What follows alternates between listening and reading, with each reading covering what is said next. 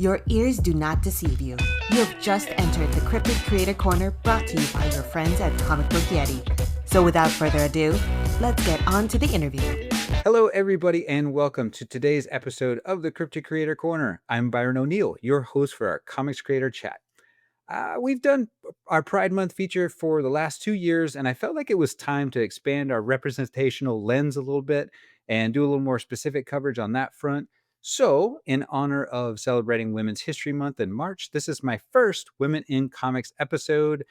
And I have an absolutely exceptional guest joining me today. She's the co-showrunner and head writer of My Adventures with Superman, the cartoon, with extensive credits as a writer and producer in that space, including She-Ra and the Princesses of Power, Jurassic World, Camp Cretaceous, the new Looney Tunes, Be Cool Scooby-Doo, and many others, and is taking over the comics medium right now, in my opinion, writing Shazam, the comics adaptation of My Adventures with Superman, and her GLAAD-nominated indie comics project, I Heart Skullcrusher with Boom Studios. Please welcome Cozy Josie Campbell. How are you doing?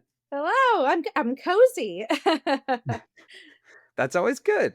Well, I know you're in LA, so how have you and yours been faring with all the recent fires and everything? Everybody doing okay? Yeah, we're doing all right. We did have to evacuate for about a week because we were right next to the Eaton fire, but luckily we were very fortunate that it never shifted far enough to like hit us. Like we were 5 miles away from it, like where it was, where it kind of ended. So we were very, very lucky. Like all we had to do was like hose ash off our cars and our house. But it's yeah, it's been a wild 2025 so far. The first month and a week has been really interesting. For sure, for sure. It's been a lot. Well, Yeah. I want to get my thank yous out of the way. I've got two young non-binary friends who absolutely adored She-Ra. It was Oh, foundational for great. both of them. Oh, fantastic. And they said I was a dead man if I didn't, thank you on their behalf.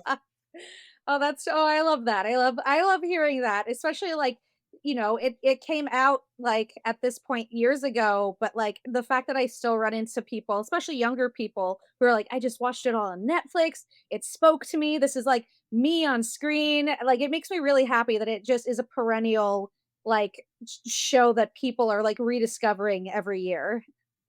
Yeah, absolutely. And I know we were both Spinner Rack kids growing up, so Spinner Rack kids unite. And I'll save you from having to tell the story again about getting into books at CVS. But Mm-hmm. what does that mean to you to influence the next generation of girls, of kids that are growing up seeing your work? Oh, I mean, it's huge. It's like really, you when you're working on these projects, whether they're in comics or they're on TV, like you have hopes. Like you hope that this resonates with the audience it's intended for. You hope that the people watching, especially girls, especially young girls, queer people, queer girls, that they see what you're doing and they're inspired, they feel uplifted. But like, especially animation and comics, like you're making stuff ahead of time. Like you're really like, animation's like a 2-year process to make one episode or one, season of a show, and comics, Sure. like, is a little faster because it's publishing, but you're still, writing your stories months and months and months ahead of time. So, you hope that it connects and it lands and it influences people, but it's always, like, a little bit of a gamble, like, you don't know it's not live action where, like, you write an episode, you produce it that week, and then next week it comes out and you get the feedback as you're writing your next thing. It is a little bit more of a lead time, but to hear from so many people, like I do conventions and I still get people of all ages coming up and being like, I love Shira. Can I like, like take a picture with you? Can like I ask you about my favorite characters? And just just to see that level of like love, especially coming from young girls and young women, makes me really happy. I've had multiple, especially multiple like young women tell me is like, I want to work in animation because of you. I want to write Aw. comics because of you. And that, like, that was me. That was me years ago, like reading this stuff and being like, holy shit, like the Gail Simone Sinister, like Secret Six is incredible. Like, I would love to do something like this. Like, so it's really rewarding in a way that until you're sort of in it, you don't really realize that like that's going to be the reaction, and it's wonderful. Aw, that's amazing. That's so cool. Yeah. Well, when I reached out to set it up, I had no idea just how perfect a guest you were going to be for this, for a women in comics focused discussion. Because my research, when I did some of that, it tells me you wrote a college thesis paper on the subject. It's like I women in did. comic books on the page and behind the scene, or something along Yeah, those lines. yeah. I tried to Tell me find it about it. and I tried to find it for you and I realized like I had to go there's like it's on like a hard drive from like 2000 and like 7 like in the back of a closet somewhere. So I'll have to try to find it again. But yeah, when I was in college, I was a big nerd. Like at first I thought what I'd do was theater and then very quickly I was like comic books and TV. This is where I love. This is where I live.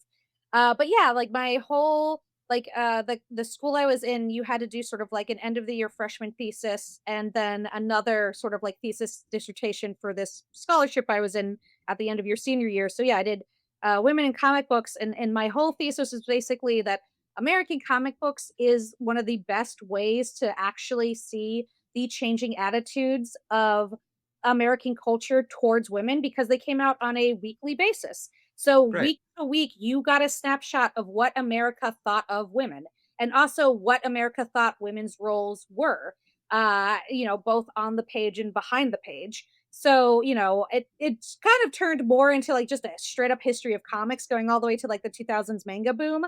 But like it was like, if you want to chart how America sees women, pick up a comic book.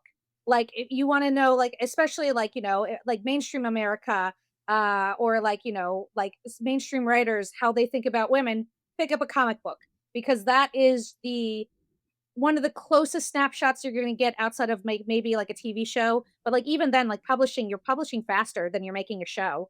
So it's yeah, so it just like kind of like went from like, here's the golden age of like the superheroines coming out with Rosie the Riveter, with here's all of this propaganda being like women can do it all. So of course that extends to the comic book page.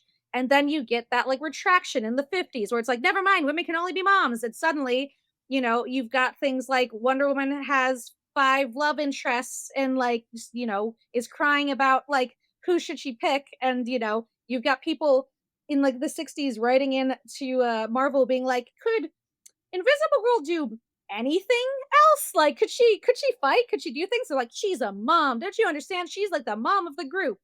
And then, all the way through the 70s when you get like, the indie explosion. You've got all of these crazy comics. You've got Dykes to Watch Out for. Alison Bechdel's coming out in the 90s later on. But you've got, this like outpouring of like indie stuff. Like, and then, yeah, wrapping it up in sort of like the 2000s when the graphic novel boom was really pushed by women. Like, American comics jumped in on it, but it was shoujo manga was the thing that like broke open the like walls of like putting graphic novels in Borders, in Barnes and Nobles. That was the number one thing they were stocking. And then America sort of followed suit. But like there's so much of comics history that has been fueled by women and pushed by women and consumed by women.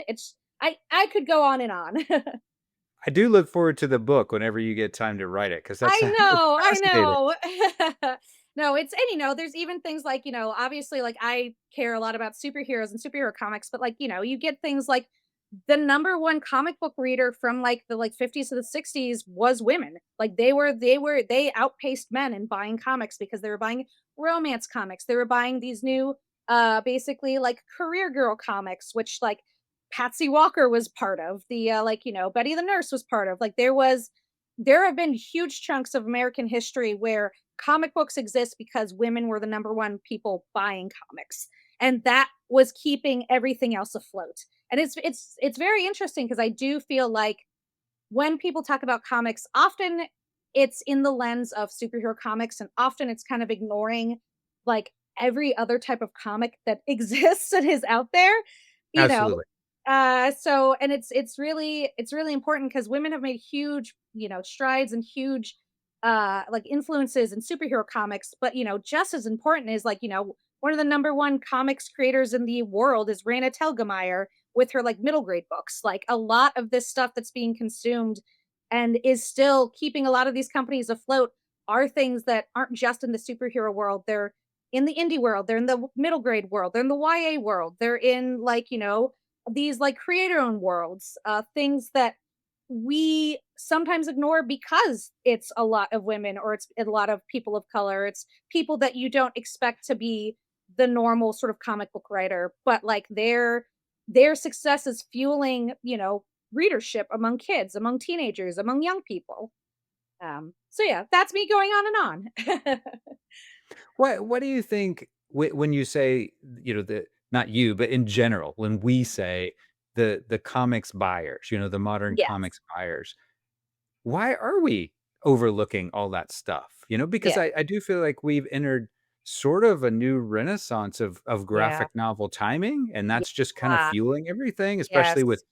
Penguin Random House getting into all kind of these other, Yes. traditional comic floppy publishers. Yeah. So I yeah, mean, I think it's kind of two things. I think one of it is the legacy of the direct market of just like so like the direct market and like which really affects superhero comics almost more than anything else. Like indie comics, sure, but like Marvel, DC, like, that's what you think of when you kind of think the direct market and like sort of the direct market boom that happened in like the 80s and kind of helped save comics at that point. And I think we we sort of instinctively parcel them because like the books that are flying off the shelves that are graphic novels aren't direct market. Like you've got, like I said, Rand Telgemeier, like Dave Pikely, like a lot of those middle grade books, they go through the much more traditional like book publishing route.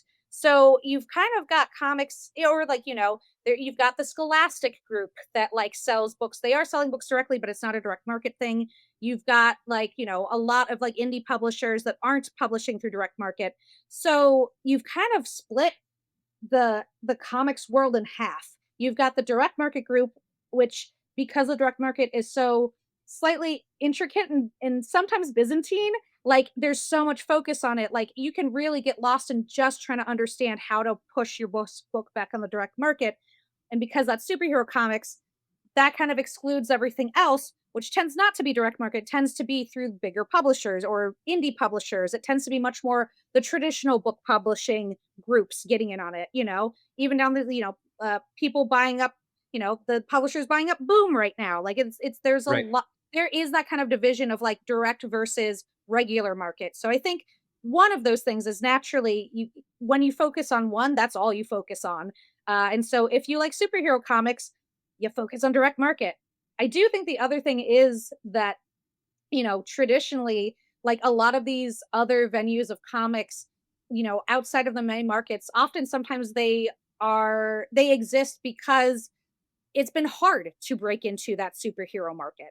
Like Stanley straight up had rules against showing women with superpowers. That's why every woman had some sort of mental power and that would drain her so much. Like they're absolutely, it's the same thing that happened in like animation. There's a large chunk of American history where there was essentially a no woman rule, or like, like unspoken, but like it was there. Or it would be like, okay, well, we can have one. Ramona Frandon gets to be here, but like nobody else.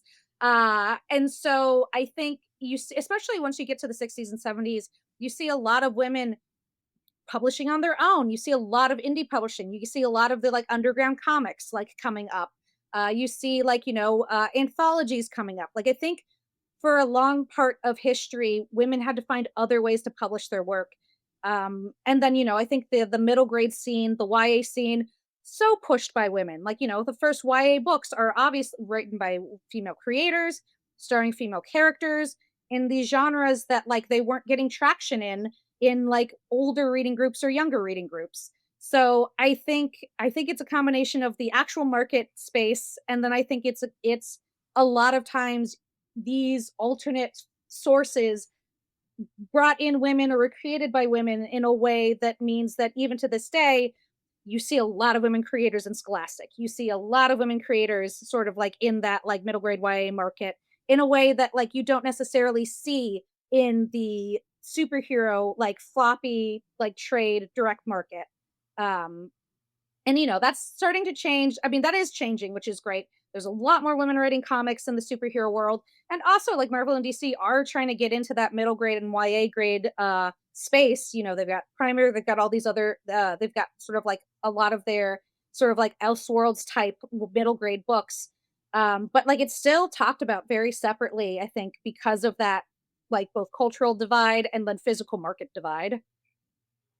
Well, you've looked at this continuum. You're clearly well read and all of this stuff. Yeah, Way I was way gonna better say than this me. is my dissertation back again.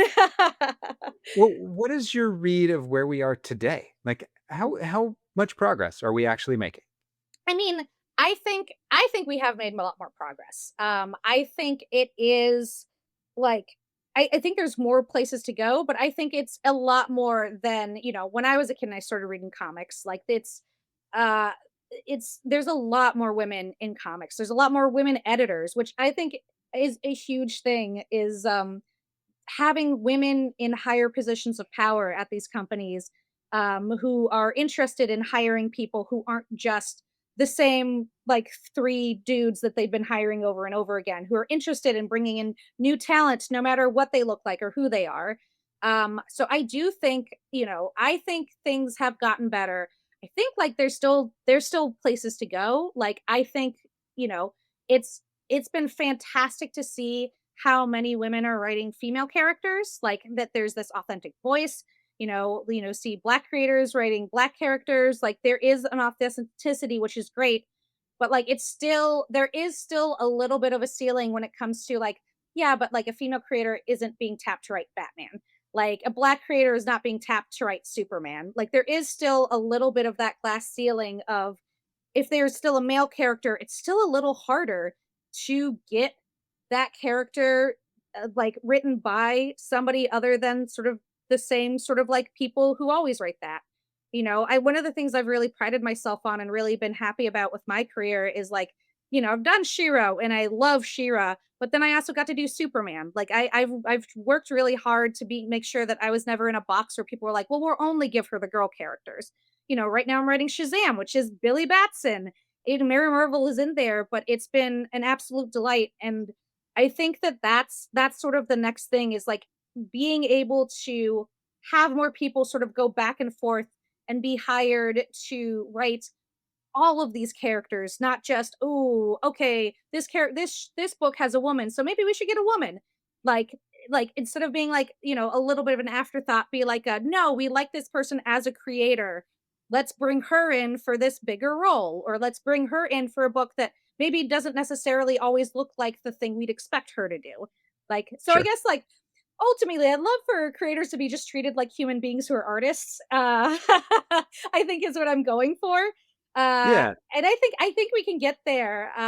But it's just, yeah, there's so much talent out there. There's so many fantastic. I've just been talking about writers because that's my wheelhouse, but there's so many fantastic artists, um, and so many fantastic female artists doing incredible work. Like it's so much better than when I was a kid, but like we definitely still have more places to go. Are you seeing, as somebody who works in both the animation world and the comics world, are they functioning on different levels? Like, are Mm. they is the glass ceiling closer in one place or another? If It's so funny. I was just talking, went out to lunch with my execs, and we were just honestly talking about like sort of that idea of like where we started versus where we are now. I think that it's pretty comparable, honestly. Like okay, when I started in animation, what is it, 2012? Like, still not that long ago. Like, I was often one of the only women in the room. Or one of the only women on the cruise that I was on. Like, I would be hired onto a show, and I would be like, there's one other woman and she's on production. Or there's one other woman and she's a board artist. Like, and it was a little bit of a desert. Shira was the first time I had ever worked with a single other woman writer in my entire life, in my entire career. Like I'd started, like I said, I was like freelancing, I was doing, but first time. And like we had the all women's writers room and it was incredible. And that kind of felt like a turning point in a lot of ways, because after that, it did seem like more doors were starting to open. And so, like, now, like, Superman, like a lot of our writers are women. Wasn't a problem. Like we weren't getting pushback the way, we would have gotten if this was greenlit in like 2011 or 2012 or something like that. So I think sort of like on the comic side and on the animation side, it's been going pretty in tandem, and I do think it's getting better in both spaces. I also think they influence each other a lot because there's a lot of crossover from comics to animation and animation to comics. Like we hop back and forth of the sister industries. So again, I think it's another place. It's like it's getting a lot better.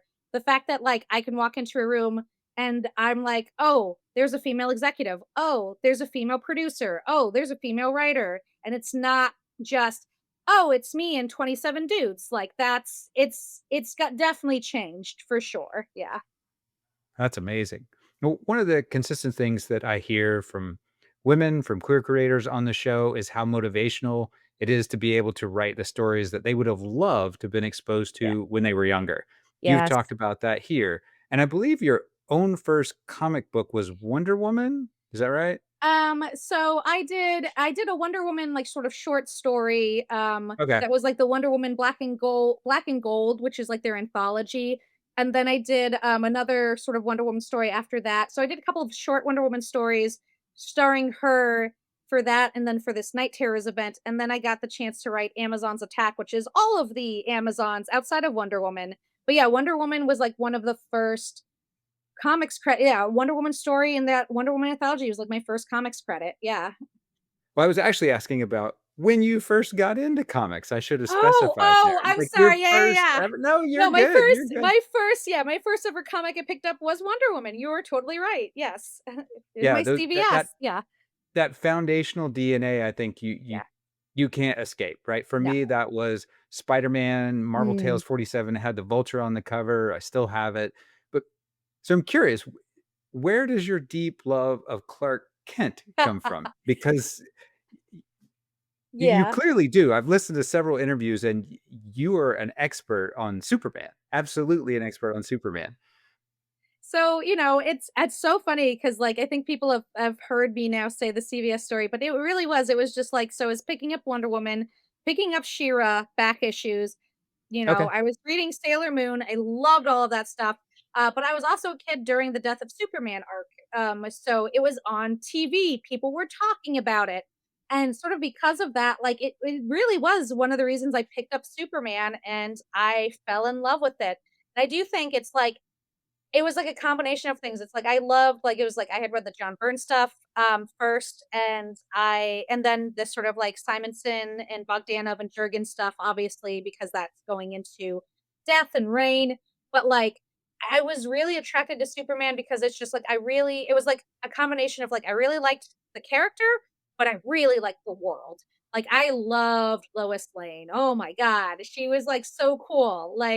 I loved how hard-nosed she was. I loved that she was, like, jumping into danger. I loved the world of the Daily Planet and that it wasn't just like, "Here's a character." It was like, "Here's an entire universe that you are dropped into." And, he's come from Krypton, and you have all the Kryptonian, like, baggage that comes with him, and you've got the Heartlands, and, like, I really responded to Ma and Pa. And then, yeah, just the idea of this, again, like I was reading comics in the 90s and like everything in the 90s was grim and gritty. Superman got even grim and gritty. But like of all the grimmer comics, like Superman still stood out as having a core of hope. And like I Yeah. think that more than anything kind of like spoke to me is like it's this amazing world. It's so fleshed out. Everybody feels real. And at the center of this world is somebody whose superpower really is that he hopes for a better future and every day he works towards it. And like even when it's dark, even when he's getting beaten to death by Doomsday, like what he's doing is like hoping that he can maybe like, get out of this or hoping he can change his mind or hoping he can come back. Like there's still like this like, the sacrifice of Superman even though that is objectively dark, like is something that was fueled by his love of humanity and his hope. And so that really spoke to me. Like there's a lot of comics and I love a lot of, the Frank Miller stuff and all of that stuff that I got into later. But, you know, growing up in sort of this like time when like it was just like, oh yeah, and then they rip out their spines or like, ooh, like Wolverine's claws are gonna go through a man's head. Like that Right. was like the selling point. Like to me, I was really attracted to the comics and that said being a hero is carrying on that torch of hope when everybody else has given up. And for me, that's Superman. Yeah, it was I was trying to find as I was preparing for this, kind of an emotional through line to your work. Mm. And what I came up with, the two adjectives were warmth and optimism, which definitely fits with hope, like absolutely. Yeah. And kind of to explain, I caught up on I Heart Skullcrusher recently, Yes. which, okay, I'm not gonna lie, primarily for this interview to start off with. I'm not personally a big dystopian fan in general because as a disabled person, our outlook becomes pretty grim pretty Sure. fast. And Sure. given, the current state of affairs, it's a little too close to home for recreational reading. Yes. But seriously, this is phenomenal stuff and it's 100% won me over. So Trini was a very unanticipated protagonist, and Yes. it her is her innocence and her purity that I connected with, which sounds weird in the book's post-apocalyptic landscape of the American West. It wasn't difficult for me to jump and see that same blueprint in my adventures with Mm. Superman, especially in Clark as a fish out of water Yes. trying to navigate the big city in the comic book. So do you have a true north with respect to developing your characters and stories? Yeah, I mean, it's not a surprise that like as a writer, like I respond to the things that like I responded to in the stories that I like. And like you said, like that idea of hope, that idea of innocence or of like, for me, I think the true north in every story I tell is the idea of like a hero who is optimistic, who is hopeful, and then how do you keep that optimism? How do you keep that hope in a world that is often trying to tear you down, is often trying to, it seems like jerry rigged to do the cruelest things possible. How do you keep that joy and that happiness and that hope alive? And, that was a lot of my adventures with Superman, especially, the first two seasons where you saw, Clark as this hopeful kid who really wants to just save people and help people.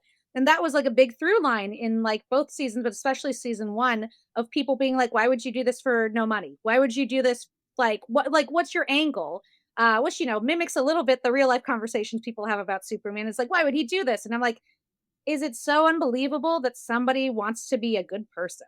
Like, is it so Right. unbelievable that somebody would want to help others? Because, I think about myself, that's what I want to do. I want to reach people with my writing. I want to help people however I can, So, for me, it's, the through line in almost everything, I think it's there a little bit in Shira too, of like Adora realizing she was on the wrong side of the war and like trying to find a way forward and hope for a better future and a future that maybe nobody has to fight, that she doesn't have to murder her ex teammates, or like take over, like destroy her ex mom. Uh, you know, Even, Jurassic World Camp Cretaceous, there's like a thread of hope in there because these kids, they're hoping to get off the island. They believe in a world, and then, especially as it goes on, they believe in a world where you don't have to hurt the dinosaurs, even if they're scary. That you don't have to destroy what scares you. Like, be aware of the dangers of dinosaurs for sure. But it's why they started adopting so so many of them. It's why we have Bumpy. It's them being like, these are beautiful things and beautiful things shouldn't be destroyed just because you're scared of them or because it could go out of control. Like we go from being scared of the dinosaurs to having to defend the dinosaurs. So yeah, so I think that, and then yeah, Skull Crusher Trini is, and that was my whole pitch to Boom. Trini is a plucky, happy-go-lucky girl. Like she's 18. She's got stars in her eyes. She's got big dreams and she just happens to live in this crap sack world.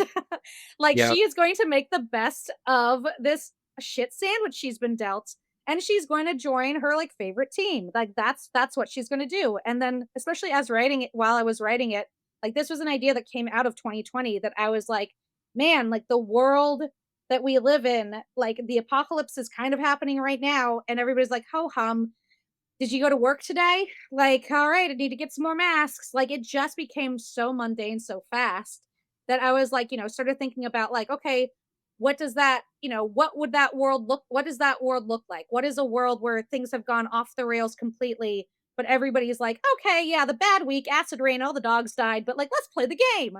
And that is kind of like the impetus of Trini. And as I was writing it, it became more and more important that like, the matches are fun and cool, but the important thing is, Trini getting hit with some hard home truths and still finding a way to dream through them and come through them. And I think that joy is what there's dark parts of the book, but I think that joy is what makes it fun. It's fun to write and fun to read, is that every page she's having fun. She's getting her dreams accomplished. Like she is going for it and she's not going to let, you know, the complete destruction and revival of America as a dystopian wasteland stop her. I think Arc 2, which we're working on right now, and is going to get picked back up in March with the next couple of issues. We get into a little bit more of the backstory of the world, and you're gonna like get dig a little bit more into sort of like what the world looks like from the eyes of the rich and the famous in the bubble cities. Um, but it's still the same question of like, can Trini keep her innocence and her love and her joy through dealing with all of this craziness? I think it's a question that, like, I don't know, we grapple with a lot in in the modern times. Oh yeah, it's super super topical. The other weird comparison that popped in my head when I was reading it was Trini with definitely giving me Lori Petty from Tank Girl vibes from Yes. 1995. Oh, I, love Tank that Girl. maybe because I might have had a crush on her at that point, right? Dude, me too. Yeah. Yep. 100%. Yeah, absolutely. I love, yeah, I there's some big Tank Girl vibes for sure in there. Absolutely. Yeah, yeah. Well, talk to me about the incorporating sports into it. I'm a sports fan. You have to be a soccer fan, I'm Oh, imagining. yeah, yeah. I think I said this in like a different interview, but like, yeah, I remember the sort of the World Cup that the women's team won. And there's that like incredible moment where like Brandy Chastain like runs on the field and screams and rips off her shirt and you see her rippling muscles. Oh And yeah. definitely like it was such it like I both really liked watching soccer. Like women's soccer is what made me like soccer. And then Oh also cool. like it was like a very burgeoning like, bisexual, like I had like that picture of her on the field from like 10 different angles all up in my room. And my parents were like, huh, it's weird. I guess Josie really likes soccer for some reason. But yeah, no, it's when I was coming up with this pitch and this idea, I was thinking like I love sports stories. I love, sports anime and sports manga. And like there's like such a clear sort of fun to me of juxtaposing that with like the apocalypse of like these are stories about plucky underdogs, like and doing it all to win it. And like, often, especially in like anime and manga and comics that have sports stories, you have that very cheerful, very plucky, very optimistic, like main character who's like gonna get through this so much. Like they just love soccer, or they love basketball, like they're Prince of Tennis. They just love it so much. So for me, like when I was like working on this, I was like, it'd be really funny to be like, yep, she loves this so much. It's her favorite sport. It's all of her dreams, and she's wide eyed and bushy tailed about it. But it is a sport where you kill each other on a soccer field as you try to score points. Yeah. So like for me, the juxtaposition felt really funny. And then getting into it, like the first thing I did was like come up with the rules of like screaming paintball and like ways that you could like sort of like win or get the other team to forfeit, or sort of like strategies of it, to the point where like, I'd turn in scripts and Alessio, my artist, would be like, "Oh, Josie, I actually just the points don't add up here. So should we change this action?" Like, "Oh, good. Oh, good. Yeah, no, no, we should change that action so the points add up so they win." So so for me, it felt like a very like sports stories are all about, are also stories, honestly, all about hope and about like Yeah. underdogs. And so for me, that just felt like a natural fit for like, I want to tell a story about, somebody trying to make it through a post-apocalyptic wasteland. Like, if the story is about their hope, then it kind of makes sense for it to be a sports story, because that's like the purest form of like hope that you can find in sort of like media, where it's like you really are rooting for like underdogs, and it doesn't matter that that they'll win in these stories. Like you're still riveted. You still want them to win that match or like get that trophy. You still want the Mighty Ducks to come out on top. Oh yeah. You're tying into dopamine here. So Oh yeah, absolutely, absolutely. yeah, yeah. Alessio's artwork is gorgeous. Yes. It's one of the best examples I've seen of taking manga and anime influence and Yeah. mixing it into the Western comics genre Absolutely. without overdoing it, right? Absolutely. No, we were Yeah. so lucky, because I didn't know Alessio before working on this book, so my editor at the time, Daphna, was like, "Oh, hey, here's some, like, people," like, I had the pitch first, and I was working on the first issue first while we were figuring out, like, what the look should be, and, like, I, like, had a strong preference for that sort of, like, manga style, and then she was like, "Oh, like, this guy Alessio, he's done a couple of, covers for me, I think he'd be pretty good." So we, like, sent him, like, the script, and we sent him the treatments, and we're like, "Oh, would you mind, like, doing a pass on some characters and like see if like you're a fit." And then the first thing he sent back was Skullcrusher, and it's exactly how you see her in the book. Like it was just dead on. We're like, oh, he gets it. He 100% he's there. He gets it.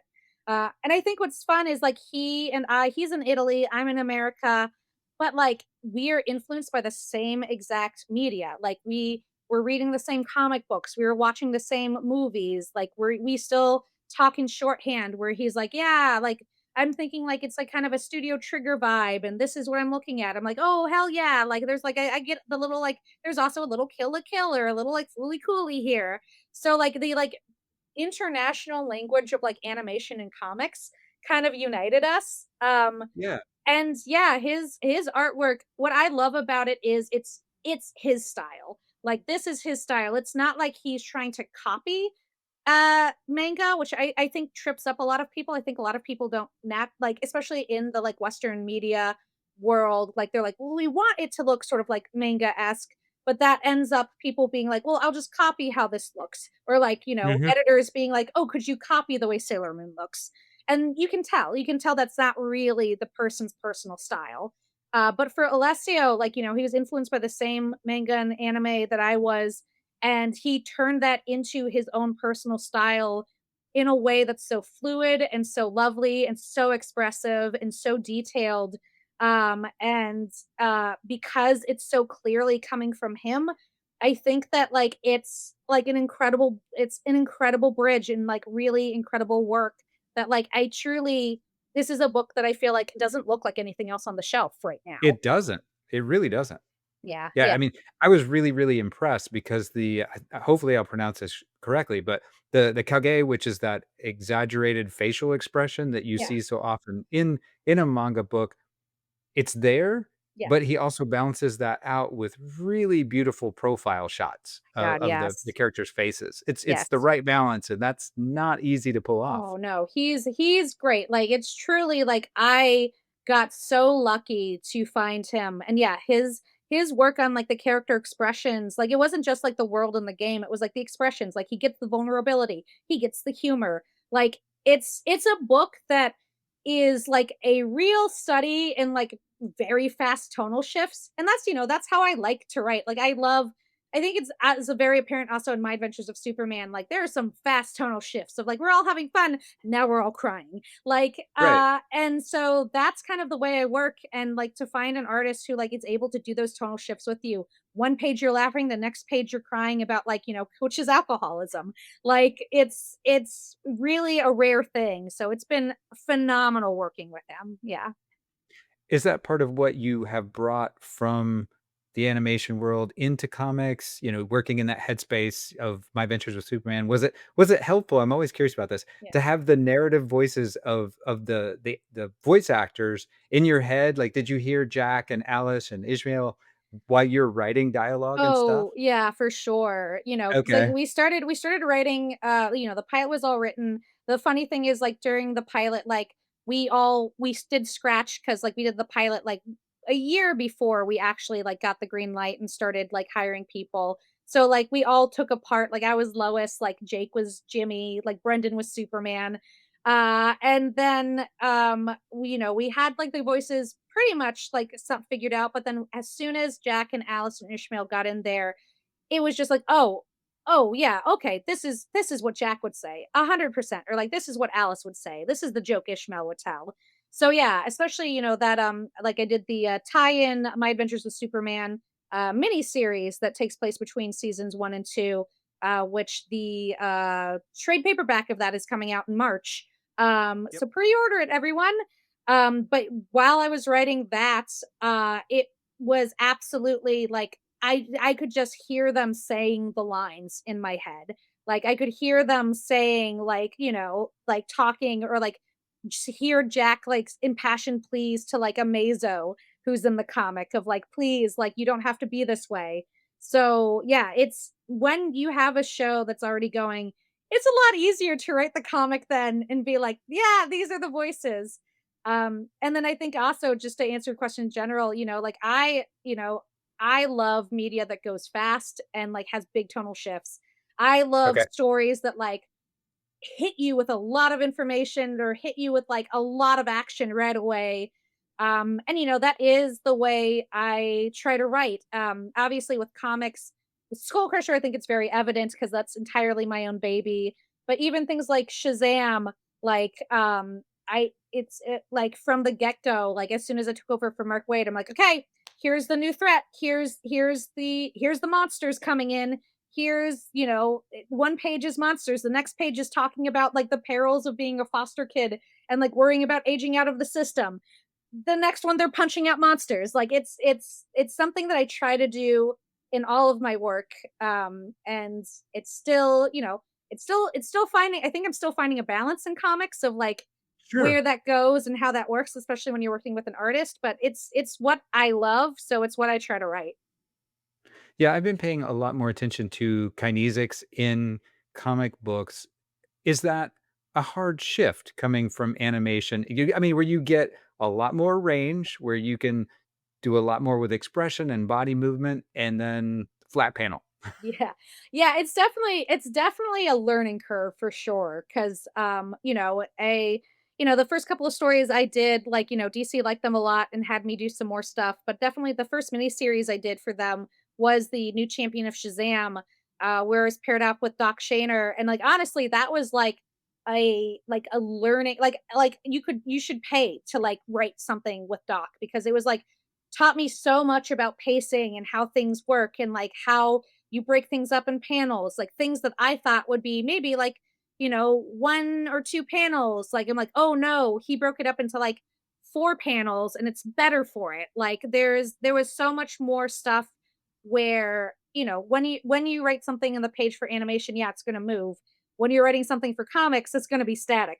So like some of that is learning to be like, what's the most dynamic part of this fight or image, like don't use up panels writing and then they run or they walk somewhere, like and then a lot of it is trusting your artist and like leaning on them and being like, hey, this is what I'm thinking for this page and I've broken it down into panels and such, but if you have a better idea or if you can want to rearrange that, go for it. And that's what I tell every artist I work with. And often, like when I was working on the Wonder Woman Night Terrors 2 issues, where it saw Wonder Woman getting trapped in sort of like a nightmare maze. I was working with Juan, and I was like, hey, so I'm thinking of like the idea of a maze, and like maybe it's a 2 page spread. And like in my head, I was like seeing sort of like what you would see in animation of like seeing them walk through it. And then he does this incredible 2 page spread where you see the maze from like aerial view, and there's maze all around like the edge of the pages. And it's this like absolute like Byzantine labyrinth. And it's so much better than what I could have thought of. Cause I was thinking of it in terms of like, and then you walk through, and he's like, doesn't have to be, that two-dimensional thing. It can be three-dimensional. So yeah, so it is a learning curve going from moving pictures to still pictures. That's the Sure. short version of it.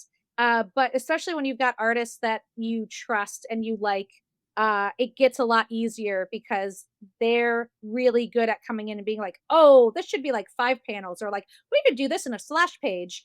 Like as long as you get that central emotion there or that central point there, they've got it. Yeah. Well, with silhouettes, this has got me Yeah. thinking about this because you've worked on some of the most iconic properties with just very, very defined characteristics of silhouettes. When you have Wonder Yes. Woman and Superman and Shazam and I Heart Skullcrusher has very, very definitive silhouettes. And I was listening to an interview recently that you did with the Geek History Mm. podcast, Yes. or Geek History lesson. And you mentioned Etrigan. And I was trying to make that fit. And listening to you talk about hope, I was like, how does this work exactly? What is your dream project anyway? I mean, it's so hard because like so many of the projects I've worked on have been dream. Like dude, I get to write Superman. Like, oh my god, Right. that's a dream Yep. project. I think for me, I like the characters that I like are kind of all over the place, and some of them, a lot of them have that idea of hope, and then some of them are very clearly. I was a kid from the '90s. I'm like, ooh, demon, cool. Oh yeah, that Garth Ennis run and Oh, McKay, that is so iconic. good. Oh my god, I Yeah. love it so much.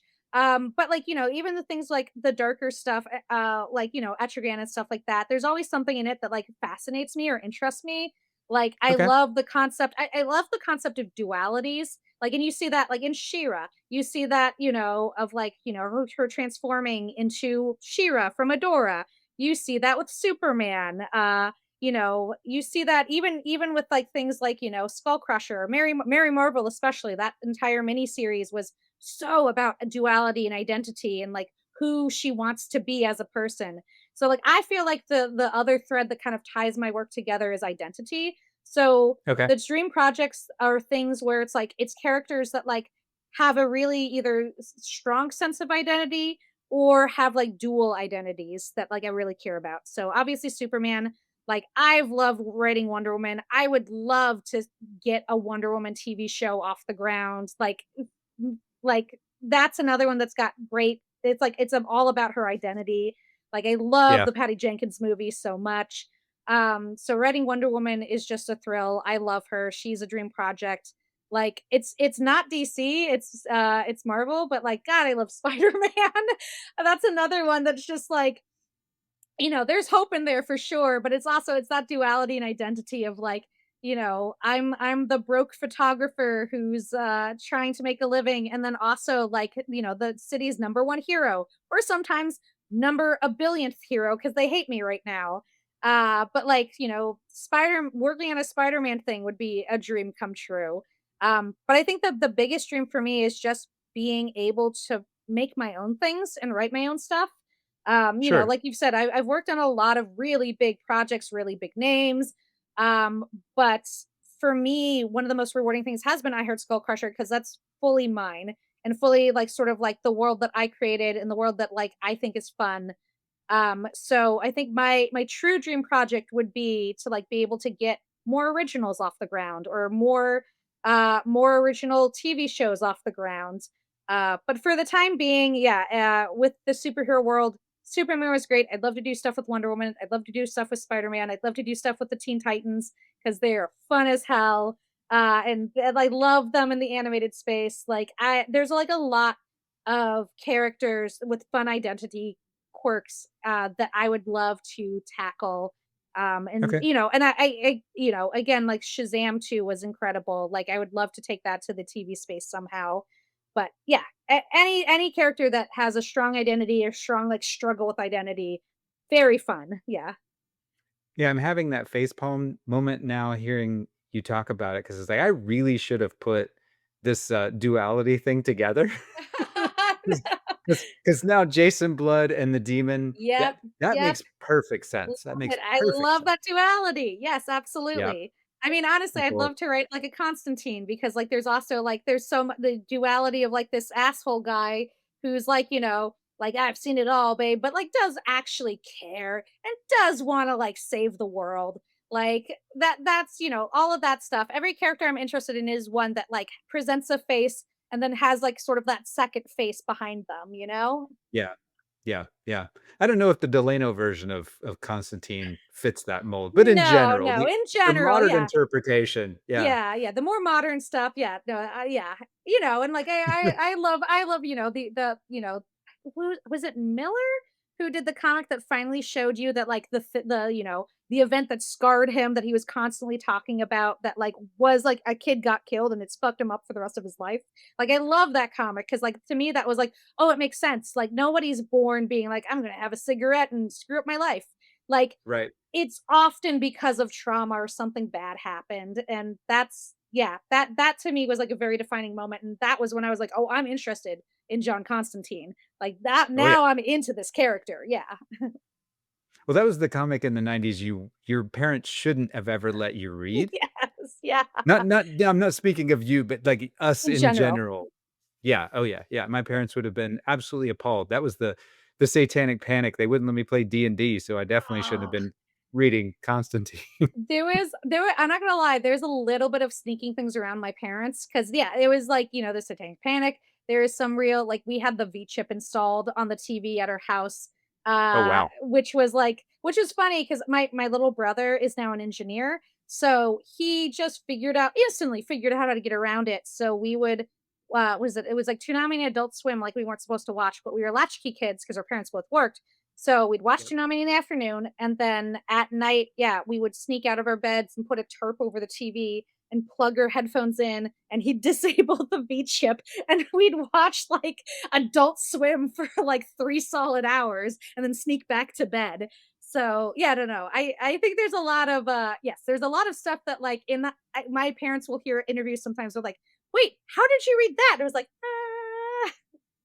I it would be appalled if my parents listened to the interviews that I do. I've absolutely, especially in my days on the road, because if I get into Mm. those stories, those get pretty bad. But Yeah, yeah, yeah. well, Gotta hide that.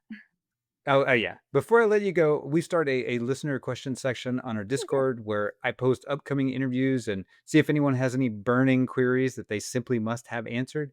Our Discord is free. There's no paywall here, but I'll put a link in the show notes. Anybody can always DM me or email me for an invite code. But Luis asked, which Superman family character would you be most excited to bring to life in the series that hasn't already appeared? Ooh.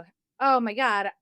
It's hard because, like, I don't wanna give anything away for anything that's coming up. I mean, I think everybody's seen, Superboy, the art that, we posted from, Comic-Con, and I Yeah, think that was fun because it's like, we just love that, like, iconic '90s look to him. Um, sure. The it's jacket? the jacket. Yeah, oh god, that's hard without spoiling anything. We've hit a lot of them. I would love to, one of the ones that, like, we didn't get a chance to hit that I did in the comic was Amazo because, like, I wanted to bring him in. So I've got to get a lot of them. I would love to see more of the alternate reality Supermen, I think. Like, I love the Red Sun story. I love, we're big fans of Kingdom Come. Like, there is like a lot of alternate realities that you haven't seen in the show that would be really fun to like have our Clark react to. Well, they've given you a lot of free reign on the show, it feels like, for sure. Yeah, no, it's been because we're firmly in that sort of Elseworlds pocket. Like, our show does not Yep. tie into the new upcoming movie. It is not part of that sort of James Gunn verse. Because of that, we really do get to sort of have like carve out our own sort of like world and like pull from the DC universe in a way that works because we know, and the audience knows this is not, you know, signaling anything for the greater DC universe. This is just our section of it, and that's a Yeah. really fun place to play. Like, I love an Elseworld, so that's great, yeah. Everybody loves an Elseworlds. Oh, I'm they're the a best ones. constant advocate for Elseworlds stories where you don't have to worry as much about continuity and Mhm. you can just use the nucleus of the character and play with it. Yep, That's where the best exactly. stuff comes from. Best stuff. Absolutely. All right. Well, to recap here with comics, you have the My Adventures with Superman trade paperback coming out in March, Mhm. which you mentioned. The trade for the first arc of I Heart Skullcrusher is out now, Yep. and the new issues are dropping for the Uh, second arc. That'll y be that'll issue be 8. yes, issue 8, is gonna be dropping in March, so 8, 9, and 10 is finishing up. We had to take a Right. little break just because we hit the holidays and I was on maternity leave. Okay. So the first 2 issues, are out for that arc are out now, and then, yeah, 8 is coming out in March. Yep, Okay. And then Shazam is ongoing and yep, now is part of the DC's All In initiative. So I yep, think 16 would be a great jumping on point for new readers, right? absolutely. Yes, yes, yes. Join the Okay. fun for sure, yeah. Did we miss And anything with comics? I think, and I would have to double check, I believe the collection of Shazam that goes from sort of the end of Mark's Wade run to the beginning of my run is going to be coming out soon as well. I'm not totally sure when, but stay tuned because I think DC is going to start advertising that trade paperback dropping soon. Yeah. Okay, cool. And then season 3 of My Adventures with Superman has some It's coming. amorphous release date of Yes. 2025, It's right? coming, it's coming. Okay, I don't know exactly when. It's kind of up to, unfortunately, above my pay grade to say when exactly it is, but it is coming. cool. Well, where can people find you online? Well, you can find me online, on, pretty much every bit of social media as, at Cozy Jamble. I'm at Cozy Jamble on Twitter, now X. I'm, at Cozy Jamble on Blue Sky. My website is cozyjamble.com, which I try to post sort of like excerpts from things I've done or upcoming events. And yeah, follow me. And then my Instagram is, official, Cozy Jamble. And that's where a lot of my posting now is on Instagram because there's a lot of art that I'm reposting from I Heart Skullcrusher, from Superman. So if you want to find me, Instagram is great. My website is great. But yeah, if you type in Cozy Jamble, I'm going to be the one popping up. Cool. We'll make it easy for folks, put it in the show notes. If you enjoyed today's chat, folks, we have a Patreon now. If you're inclined to drop a tithe in the offering plate, it helps us keep the lights on. I'll put a link in the show notes for you. Josie, it's been a pleasure having you on. Thanks so much for coming on the show and chatting. Of course. Thank you for having me. You set a very high bar for the women in comics stuff, though. So. All right, great. All right. Well, this is Byron O'Neill, and on behalf of all of us at Comic Book Yeti, thanks for tuning in, and we will see you next time. Take care, everybody.